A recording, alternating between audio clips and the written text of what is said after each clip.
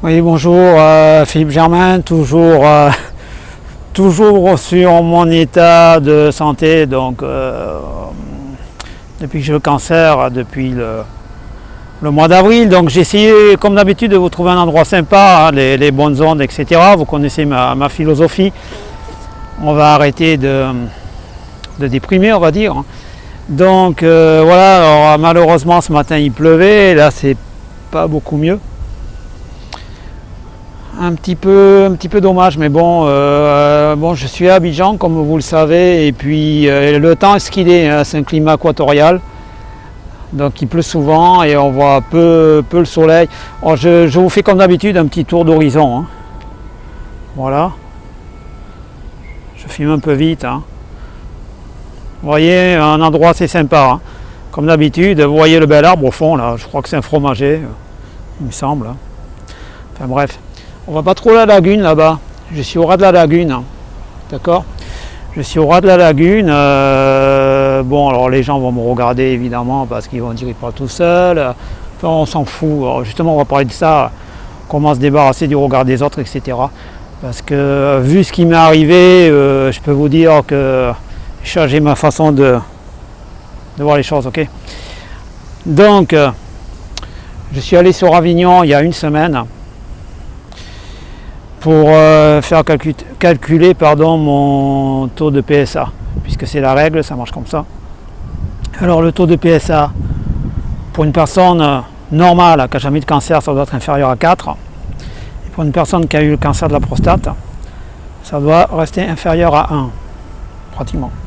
Donc j'ai 0,05, donc on va dire que c'est parfait. Pour faire rapide, la tumeur a disparu. Et l'oncologue m'a dit que c'était parfait, quoi. Donc on peut parler de rémission, voire de guérison complète, en sachant que mon hormonothérapie va être réduite, hein. On va passer d'une durée de 3 ans, sûrement 1 an et demi. Donc c'est des bonnes nouvelles. Mais en fait, c'est pas si simple que ça. Enfin, c'est simple pour les bonnes nouvelles, mais je vais essayer de détailler. Alors, les effets de la radiothérapie. Donc j'en ai un. Les vésicules séminales ont été détruites et je n'aurai plus jamais de sperme. Voilà l'effet secondaire persistant qui ne disparaîtra jamais. Pour ce qui est des douleurs, j'en ai plus. Pour ce qui est d'aller aux toilettes la nuit, je me lève entre 0 et 1 fois, maxi. Alors que pendant la radiothérapie, je me levais pratiquement toutes les heures. Je parle pour aller uriner. Donc ça va. Pour ceux qui se posent la question, est-ce que j'ai le cancer de la prostate ou pas, puisque je rappelle, la prostate n'est pas un organe qui est innervé, donc vous ne ressentez aucune douleur. Avant ça m'arrivait de me lever entre 0 et 1 fois la nuit, mais bon, c'est pas parce que vous vous levez 1 fois la nuit que vous avez le cancer de la prostate, ça ne veut rien dire, hein. Même vous pourrez vous lever 5-6 fois la nuit, c'est pas pour ça que vous avez le cancer. Le seul moyen de savoir si vous avez le cancer de la prostate, c'est de faire calculer votre taux de PSA par une prise de sang, on est d'accord, j'en avais déjà parlé. Après, au niveau psychique, c'est beaucoup plus difficile à gérer. Et donc voilà, donc on m'a fait bouger parce qu'on est en train de traiter la piscine avec du chlore et ça pique les yeux. Oui, j'ai pas précisé, je suis dans un hôtel Sofitel, vous le voyez derrière moi, ok. Je suis dans les jardins. Donc je ne sais plus où j'en étais. Ah oui, je parlais Oui, au niveau cérébral, au niveau mental, au niveau psychique, psychologique. En fait,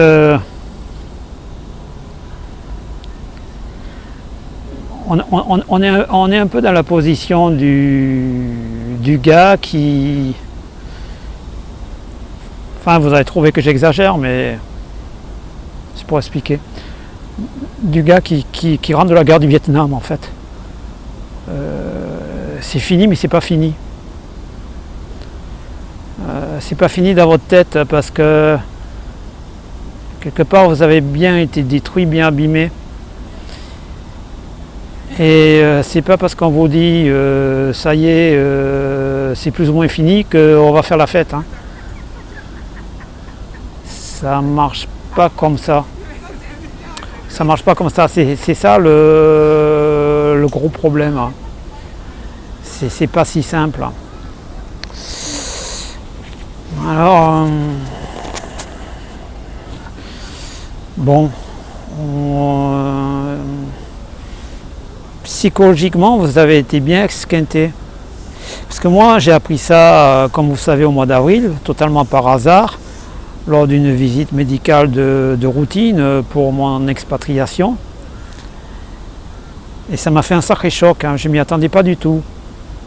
Je ne pensais pas que je serais une de ces personnes impactées par cette maladie, pas du tout. Pour moi, c'était lié à mauvaise hygiène de vie, gens qui boivent, qui fument, qui passent des heures au soleil sans protection.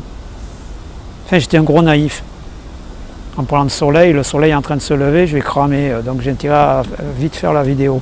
Donc, je suis un peu comme ces gars du Vietnam qui reviennent bien esquintés et puis qui n'ont qu'une envie, c'est de creuser une grotte sous leur maison et de s'y enfermer. Bon, en résumé, voilà quoi, vous êtes tellement préparés à mourir que ça laisse des traces. Après, on va parler de l'hormonothérapie, ok? Alors l'hormonothérapie, je risque de passer de 36 mois à 18 mois. Alors c'est quoi les effets secondaires? Parce que ça fait 6 mois hein, qu'on m'injecte l'énanthone dans les veines. Alors ça fait quoi?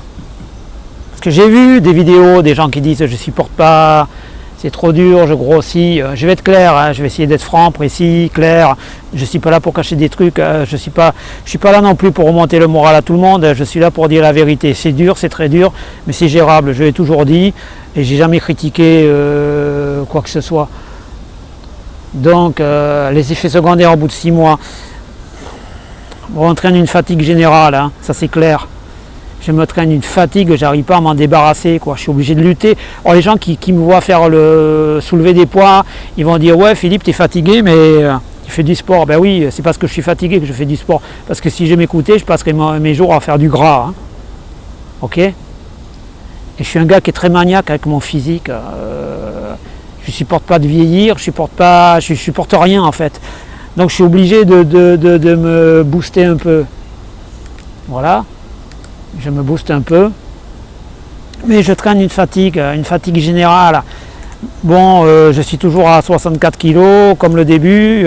J'ai pas grossi parce que je fais très attention, je mange beaucoup de fruits, beaucoup de légumes.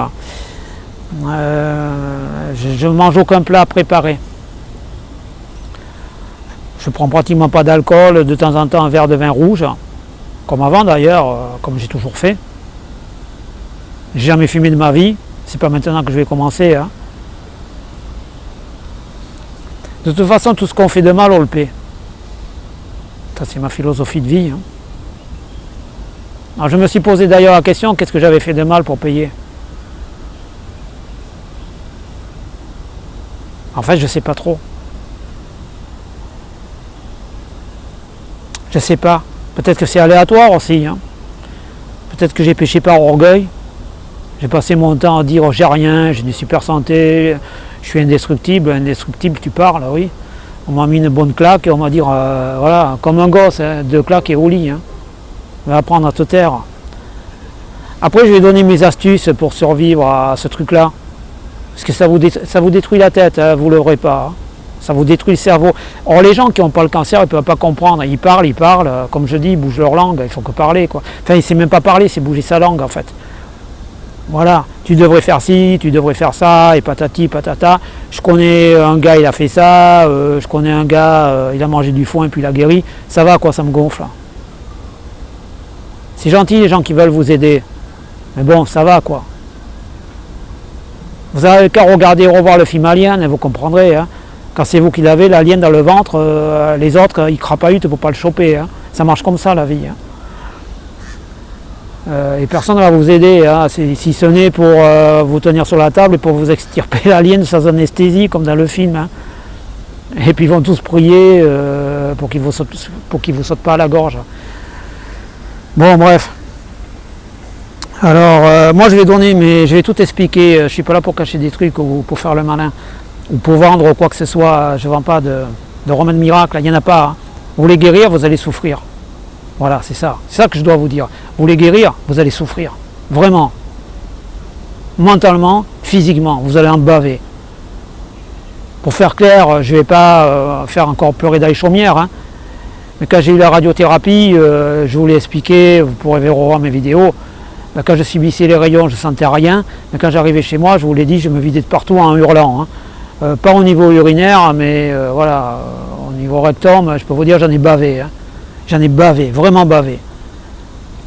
Mais après, rassurez-vous, il y a des gens, la douleur est moindre, et puis eux, ils sont plus touchés ailleurs. Et puis moi, le cancer était quand même, avait progressé, il était localement avancé, ça avait dépassé la prostate, c'était sur les attaches de la prostate, enfin c'était au niveau des glandes séminales, j'ai été brûlé au niveau des glandes séminales. Donc on va dire c'est un peu perturbant tout ça, vous en prenez plein le ventre. Hein. Et moi, mon point faible, c'est les intestins. Alors, ça a toujours été ça. Donc, automatiquement, ça ne m'a pas fait de cadeau, ça ne m'a pas arrangé la dose. Hein. Enfin, ça ne m'a pas arrangé le truc. Bon, bref. Alors, comment on survit à ça? Comment on survit à ça? Si vous ne voulez pas devenir cinglé, si vous ne voulez pas hurler comme les loups, voilà. Eh ben, on survit mentalement, c'est-à-dire, moi, comment je fonctionne mentalement? J'ai mes modèles. J'ai besoin de modèles, j'ai besoin d'un lièvre en fait. Quand vous faites le marathon, vous avez besoin d'un lièvre. Un gars qui est devant vous, vous vous dites, lui il tient, je vais tenir. Et si vous ne tenez pas, ben vous vous laissez larguer, vous prenez un autre lièvre, jusqu'à ce que vous teniez le lièvre qui est devant vous. Je ne sais pas si je me fais bien comprendre. Donc moi j'ai besoin d'un lièvre. Alors j'avais choisi 2 lièvres. Je vais vous expliquer lesquels, je vais vous expliquer pourquoi. C'est des lièvres qui correspondent à ce que j'aime, à ma propre personnalité. Après, vous pouvez choisir votre voisin, votre voisine, le marchand du kiosque d'en face de chez vous, ou Rintintin si ça vous chante. Hein. Moi, je vous donne mes modèles. Donc, j'avais sélectionné Zach Zeller. Zach Zeller, c'est un jeune américain qui, je suis tombé sur lui par hasard en fouillant sur YouTube. Hein, vous pouvez taper son nom. Il s'appelle Zach. Z-A-C-H, Zeller, Z-E-I-L-E-R. C'est un gars jeune qui a eu une tumeur cancéreuse au niveau du cou et qui a subi la chimio. Et donc ce gars-là avait perdu, enfin pesait plus rien, quoi. Vous pouvez regarder ses vidéos. Et il s'est mis en musculation. Il s'est mis en musculation. Tellement que je crois qu'il est devenu complètement shooté. Je crois que le cancer lui a grillé la tête à lui aussi. Hein. Comme je vous le disais, ça laisse des traces et il est totalement sous stéroïdes maintenant. Il a échappé à un cancer, maintenant il prend des produits chimiques, il prend des stéroïdes. Mais le gars, enfin bon, moi je critique pas. Mais le gars c'est devenu une masse, c'est devenu... je le suis sur YouTube. Bon bref, donc ça m'a aidé. Quand je souffrais, je disais, bon lui il a connu pire, accroche-toi, il a survécu, voilà. Mon second modèle, c'est Emilia Clarke, l'actrice. Donc pourquoi elle? Ben, c'est pas compliqué, c'est quelqu'un qui a galéré, tout ça, j'ai un peu étudié sa vie. Et puis un jour, elle a eu la chance de sa vie, elle a été sélectionnée pour tenir le rôle de Daenerys Targaryen dans Game of Thrones. Et puis au bout d'une saison, elle a fait 2 AVC pratiquement successifs en 6 mois. Et bon, peu de gens le savent, elle a fini par l'avouer, elle a eu 2 AVC, et quand elle s'est réveillée, elle pouvait pratiquement plus parler, elle n'arrivait plus à retenir ses textes. Donc elle en a bavé, elle a surmonté tout ça. Et puis je me suis énormément inspiré de son personnage, de Daenerys Targaryen, dans la série, qui subissait tout, qui baissait jamais les bras. Et quand j'en pouvais plus, je me disais, bon, qu'est-ce qu'elle ferait? Donc je m'accrochais à ça. Je me suis beaucoup inspiré aussi de son guerrier favori, Grey Worm. D'ailleurs, qui était castré et donc qui n'avait plus de testostérone non plus. Et qui avait gardé l'esprit guerrier, et la niaque, quoi, voilà. Ouais, vous pouvez vous inspirer de qui vous voulez, hein. Voilà. Ok,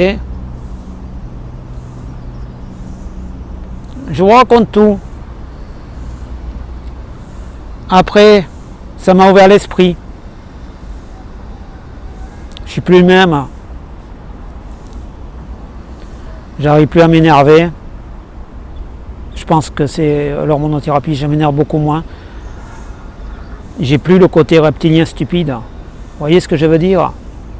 Côté reptilien des hommes, complètement abrutis, qui vont s'écharper pour un feu rouge ou je sais pas quoi. La dernière fois, par exemple, j'ai pris un rond-point, il y a un poids lourd qui m'est foncé dessus. Je sais pas ce qu'il voulait, le gars, il voulait en découdre. Et voilà, va-t'en quoi, j'ai pas envie. J'ai pas envie de me disputer.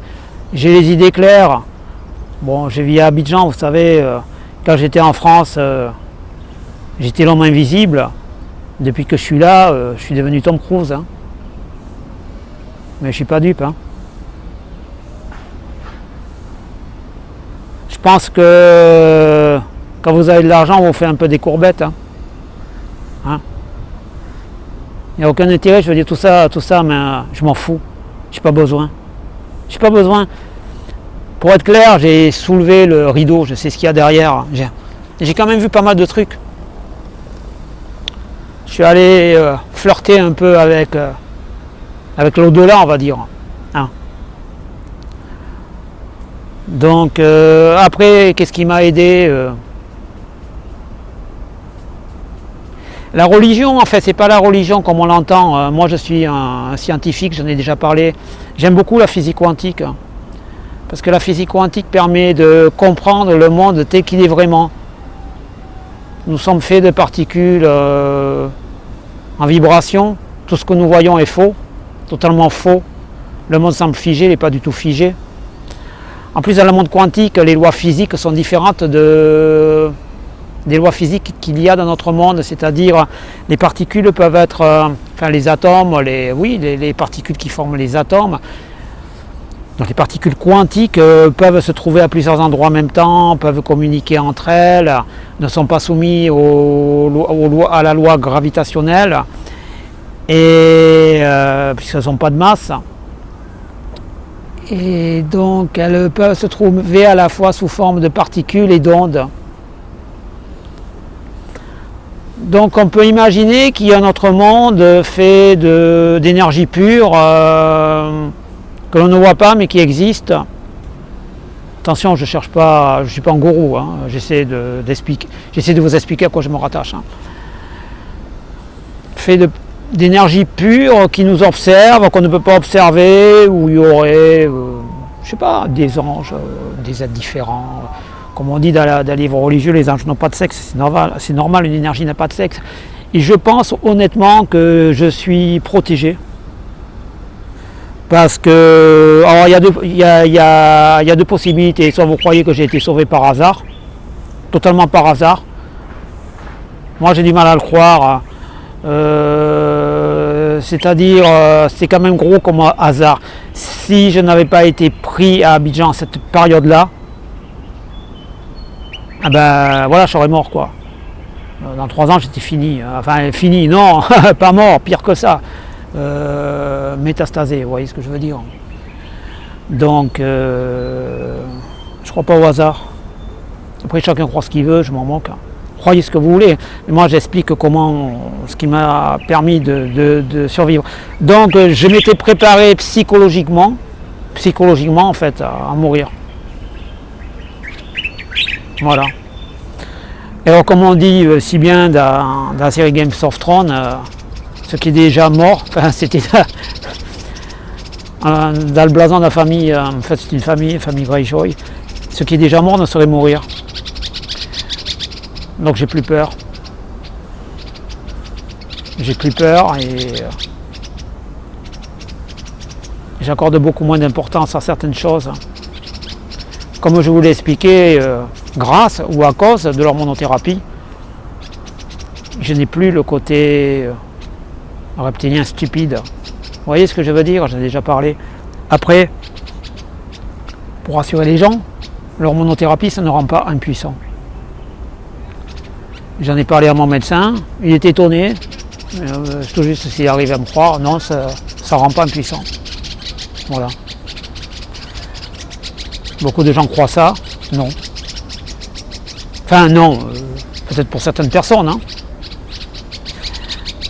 Comme je vous disais, j'ai moins le côté stupide et bené. Pas envie de... Vous voyez ce que... Je ne sais pas si vous voyez ce dont je parle. Les hommes qui font tout un tas de plans pour séduire une fille. Oui, alors je vais la baratiner, je vais faire ci, je vais faire ça. Alors peut-être comme ça, j'arriverai à mes fins. Ou alors le côté reptilien de certaines filles, je m'habille comme ci, je m'habille comme ça. Et puis je fais ma choquée après quand je me fais draguer. Tous ces trucs-là, j'en ai rien à faire. Donc ça m'a permis d'être un peu plus sage. Enfin sage, c'est pas que je faisais ça avant, hein. Mais sage dans le sens, j'observe de loin les choses. Après le fait d'avoir de l'argent, bien sûr, c'est agréable, hein. Mais ça fait pas tout. Vaut mieux être dans un bidonville en train de bouffer sur un tas d'ordures que d'habiter au Sofitel là derrière avec un cancer. Je vous le dis. Hein. Alors, ça peut vous paraître bizarre, mais c'est la vérité. Autre chose aussi, les gens qui sont en bonne santé, parce qu'il y en a beaucoup qui me regardent aussi qui sont en bonne santé, il faudrait arrêter de vous plaindre, pour un oui, pour un non. Parce que vis-à-vis des gens comme nous, c'est un peu un manque de respect. Mais je parle franchement, hein, j'en veux pas aux gens. Hein. Je trouve ça que c'est un peu un manque de respect. Parce que pendant qu'on fait la guerre, vous êtes au chaud. Voilà. Donc je comprends parfaitement les gens qui ont eu des maladies, qui n'arrivent plus. Au début, j'avais du mal à comprendre, vous savez, les gens qui vivent dans des... Enfin, qui vivent... On a testé des expériences, on a fait des expériences avec des volontaires, évidemment, qui voulaient vivre dans des grottes pendant plusieurs jours, qui revenaient de leur expérience en disant oui, tout va bien, ils allaient faire la fête, ils allaient boire un verre, et puis le lendemain, ils étaient pendus. Ben, c'est pas étonnant. Hein. Je ne dis pas que je vais en arriver là. Hein. Mais comme je vous ai expliqué, ça laisse des traces psychologiques, il faut bien le comprendre. Alors je le répète, pour résumer,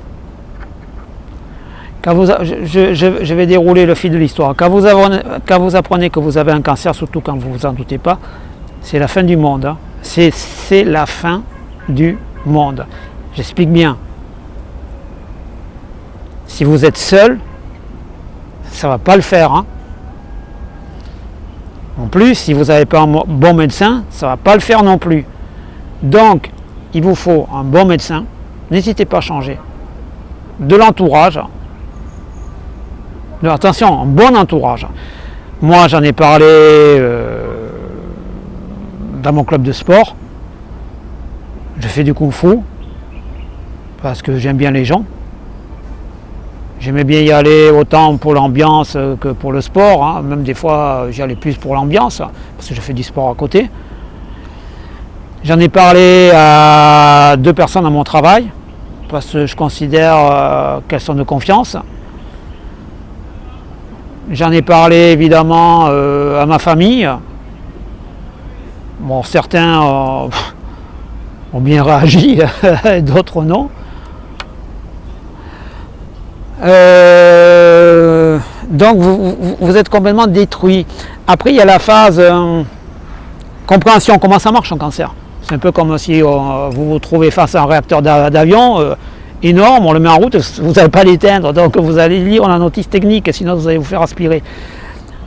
Donc comprendre comment ça marche, votre cancer, parce que chaque cancer est spécifique. Là je commence à avoir le soleil dans les yeux. Vous allez essayer de comprendre comment ça marche, ok?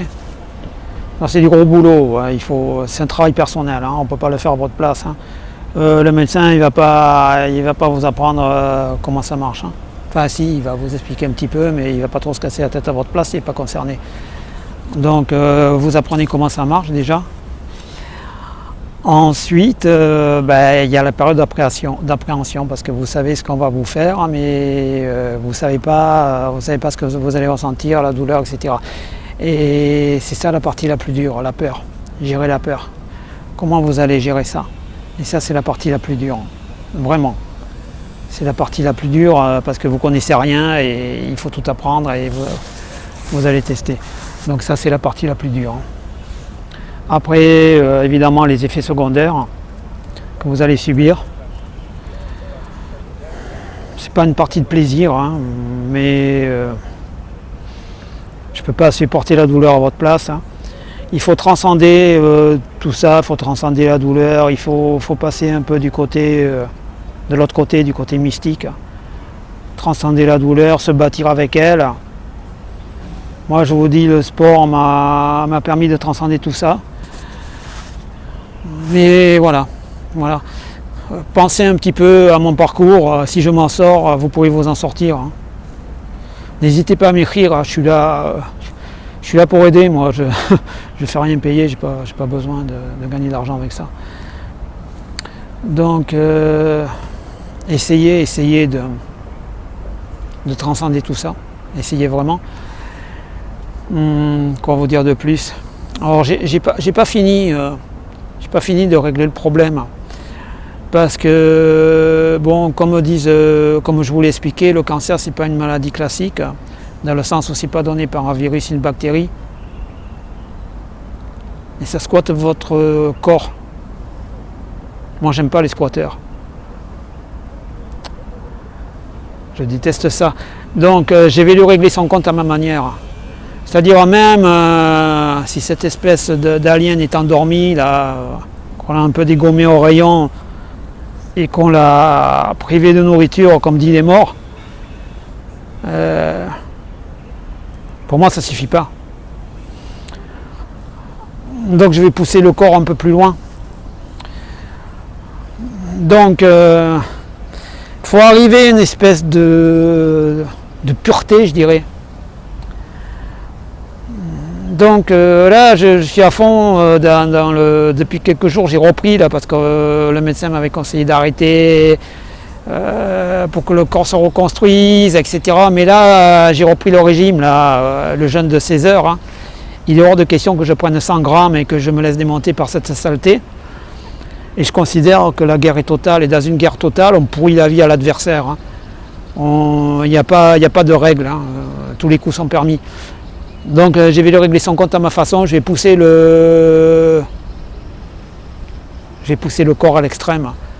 Donc je vais envoyer des vidéos de ce que je fais au niveau sportif. Hein. Vous pouvez vous en inspirer. Hein. Parce que alors, les fans du jeûne total, là, ça ne marche pas, ça ne suffit pas. Hein. Je crois qu'il faut lui pourrir la vie. Ok? Et il va finir par se barrer totalement. Totalement. Et il ne reviendra plus jamais. Donc, essayez de garder l'esprit positif, vraiment positif. Trouvez-vous des modèles fictifs, imaginaires, je sais pas, historiques. Pouvez-vous imaginer à la place de Napoléon ou de Jeanne d'Arc, qu'est-ce que vous auriez fait, hein? Trouvez un moyen, mais ne baissez pas les bras, devant cette merde. Moi, je vous le dis. Parce que même avec tout ce qu'on m'injecte dans les veines d'hormonothérapie, même si on m'enlevait le côté guerrier, je le travaille. Hein. Je le travaille, je ne vais pas me laisser abattre par cette saleté. Donc, négatif. Alors, gardez la rage, ça vous sera utile. Hein. Alors oui, mes projets, parce qu'on me demande, Philippe, c'est quoi tes projets? Parce que ok, j'ai toujours des projets. Mon projet, là, je me suis inscrit, là, je vais commencer la semaine prochaine, je vais passer mon brevet de pilote d'avion. Alors je ne sais pas encore sur quoi, peut-être un Cessna, hein, un Piper, je ne sais pas. Bref, enfin, je commence les cours théoriques, hein, j'aurai des heures de simulateur de vol, des cours d'anglais. Cours théorique, un examen, puis on va commencer à voler, quoi. Après, comme j'ai expliqué, j'ai jamais critiqué. Vous voyez dans mes vidéos, hein, vous pouvez revoir comment gérer le stress lié au cancer. J'ai jamais dit oh là là, Dieu m'a abandonné, ou pourquoi tu me fais ci, pourquoi tu me fais ça. Je pense que s'il fait, il a ses raisons. Donc je suis un bon soldat. Je considère que je suis un bon soldat. Et puis j'accepte. Mais accepter, ça ne veut pas dire avoir les bras ballants et la bouche ouverte. Hein. J'accepte le châtiment et puis je fais en sorte de faire ce que je peux pour me reconstruire. Voilà, bah écoutez, moi je suis content d'avoir pas mal de vues, de gens qui me suivent régulièrement. Bon, ça fait plaisir. Ça fait plaisir parce que, comme je vous l'ai dit, ça me prend quand même un peu de temps. Puis j'aime bien vous trouver des décors sympas à chaque fois. Alors j'ai hésité aujourd'hui, je voulais venir ici, je voulais aller sur la plage. La prochaine fois peut-être sur la plage alors. Comme il faisait pas beau, je dis la plage c'est mieux avec le soleil. Quoique le soleil ici vous brûle la peau, il rigole pas. Hein. Il ne faut pas que je parte avec le cancer de la peau aussi. Hein. Bon ici, le problème c'est le palu quoi. Le paludisme. Ben voilà, ça, franchement, le fait de faire des vidéos, ça m'a aidé. Vous voyez mon évolution au fil des vidéos. Vous voyez la première vidéo, comment j'étais un peu abattu dans ma voiture. J'avais filmé à côté de la Durance. Bon, j'étais vraiment abattu. Franchement, j'avais peur. Hein. J'avais la trouille. Hein. Enfin, pas totalement, parce que j'avais commencé l'hormonothérapie, un peu la radiothérapie. Mais bon, il faut dire que j'étais pas bien. Hein. Il faut se reconstruire, il faut se rebâtir, côté mental surtout, côté mental. Hein. C'est ce que je vous ai expliqué dans la vidéo gérer le stress contre le cancer. C'est dur, mais vous n'avez pas le choix, quoi. Je vous l'ai dit une fois, c'est comme si vous êtes enfermé dans un petit village et que vous avez une horde de barbares qui va débarquer. Ils sont 200, vous êtes 4. Bah, c'est un peu comme la fameuse bataille des Thermopyles. Hein. Les Spartiates et puis les Grecs, je ne sais plus, il y avait une poignée de Spartiates et puis ils étaient 300 fois plus nombreux en face. Ils sont tous morts quoi, mais en se battant comme des fauves, c'est pas pour rien qu'on en parle encore. Hein. Voilà, il n'y a pas d'autre solution. Voilà, je vous dis ça pour vous remonter un peu le moral. Hein. Après moi je suis un gars assez extrême. Hein. Assez extrême. J'aime pas les morts lentes. Hein. Parce que guerrier en général c'est rapide. Bon bref. Bon, n'hésitez pas à me contacter, n'hésitez pas à m'écrire sur les vidéos. Hein. Moi je réponds, je le dis, je le redis, faites pas les timides. Hein. Je pense que si j'ai eu ce truc, peut-être, si je suis guéri, il y a peut-être une raison, quoi. Peut-être que c'est pas le hasard. Peut-être que je suis là pour témoigner. Peut-être que je suis là pour. Je me dis qu'en faisant ces vidéos, ça peut peut-être sauver des vies. Je sais pas. J'imagine le gars ou même une femme qui a un cancer, qui est chez elle, qui tombe sur mes vidéos, qui dit tiens c'est qui ce gars là, il fait que parler, je vais l'écouter. Et puis voilà, qu'il ou elle se dit bon lui il a fait, pourquoi pas moi. Je vous l'ai dit, je suis pas un héros. Je vous l'ai dit, expliquer. Je passe mon temps à me battre. Hein, vous savez, la vie c'est ça quoi. Baissez pas les bras, voilà. Petit tour, encore une fois.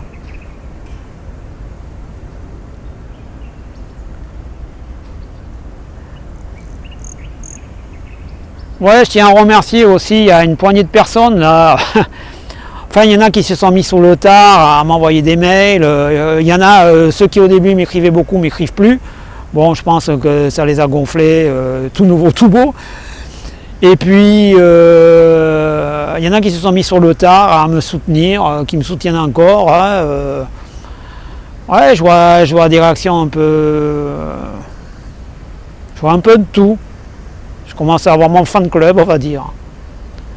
Mais ben, je remercie vraiment beaucoup les gens qui me soutiennent. Hein. Vraiment, ça me fait du bien, quoi. Alors, n'hésitez pas à m'écrire. Hein. Je vais mes mails tous les jours pratiquement. J'ai l'impression d'être un peu le gars qui est passé dans le chemin, qui a débroussaillé, quoi. Alors, si vous voulez connaître la route, venez me voir, hein. Ok? Allez, bonne chance à tous. Hein.